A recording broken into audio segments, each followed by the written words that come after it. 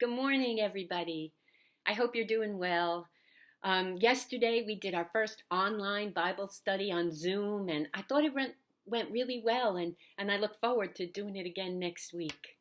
I've been thinking about a lot of things lately. I mean, I've had the time to do it. And I've been asking God for some direction, some guidance, some suggestion as to what He thinks my next steps should be. And so I've been praying and waiting and waiting. The thing is, so often there is silence, and although I feel like I have pretty good faith, when I don't feel like I've gotten any answers, I become a bit impatient. I start to question everything. I start to wonder, God, am I missing something, a sign or something? When my son and his wife were expecting our first grandchild, the plan was that I would be there for the baby's birth, and either Mick or Katie would come with me. Well, the baby was late, and then one night, actually the middle of the night, they called and said, "We think this is it. She's heading to the hospital." Now they said I could wait until the morning, but I was up and who could wait? So Mick said, "Just go." Now, I had printed out the directions in advance just to see where the hospital was because they lived in Virginia right outside of Washington, D.C., and I wanted to at least have an idea where I was going before I turned the GPS on in my car. See, if anybody knows me, the truth is I am terrible with directions. The minute I have to go somewhere that I'm unfamiliar with, I start to panic a little bit. And so having the directions in front of me gave me a little bit of security and confidence that I'd be able to get there. Well, anyway, I started driving, and no sooner did I hit 95, the GPS in my car was telling me to go a different way than I had MapQuested. Now, what do I do? Do I listen to the GPS or follow the map that I was more familiar with? And at 3 in the morning, I really didn't know what to do. So I asked God for some help, for a sign.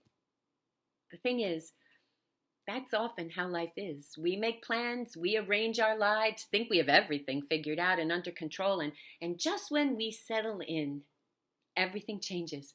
A coronavirus hits it, and we're thrown off course, and nothing is the way it was. And we too have to decide what to do next. And as people of faith, we ask God.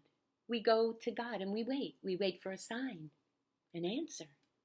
Well, it's been over 2 months, and many folks are still waiting, and maybe many are also growing impatient. Maybe that's you. But you see, that is the way God sometimes does things. We ask, we wait, we ask again. See, God works on a very different timetable. In His mind, nothing is wrong with waiting. In fact, waiting can actually be a positive good that He often uses in our faith journey. Truth is, that's what faith is really all about. It's trusting that God sees the big picture when all we see are tiny little snapshots. See, I've discovered that God often has me wait, but in the waiting, He's teaching me things. Things like patience, trust, humility.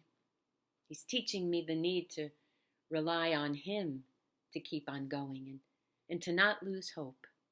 In fact, listen to Psalm 119, verse 1 from the Message. It says, "You're blessed when you stay on course, walking steadily on the road revealed by God."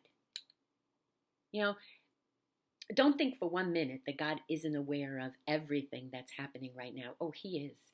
He sees and knows exactly what we are going through. He knows the struggles, the fears, the uncertainty, the impatience and frustration, even the anger.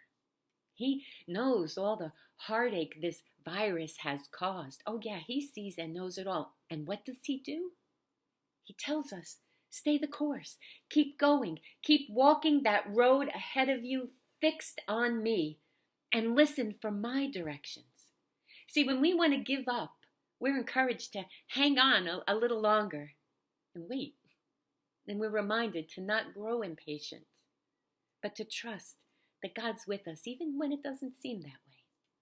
Actually, that's exactly what I did as I drove to Virginia. I asked God to direct me, and I put my directions down and listened to that wonderfully calming voice on the GPS telling me where to go as if it were God Himself speaking to me. And I kept thanking Him for keeping me going.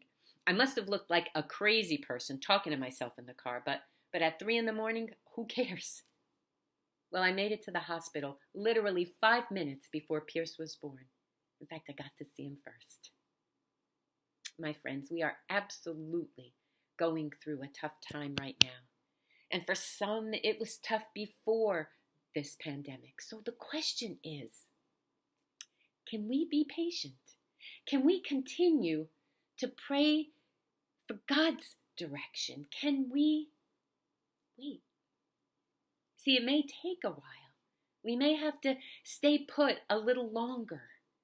But we will get through this time because something actually happens while it seems like nothing is happening. God uses the waiting to change us, to make us better, to make us more like Him, if you'll let Him. So today I'm encouraging you to do that. Don't give up hope ever. Stay the course. Keep believing that God has your back and is preparing a blessing for you. Look for it. So please, stay safe. Stay home. Keep washing your hands and wearing your masks. If not, as I say all the time, for yourself, then do it for me and your neighbor. Be kind and look for the good thing today. I love you. I'm praying for you. And I'll see you tomorrow. God bless you. Peace.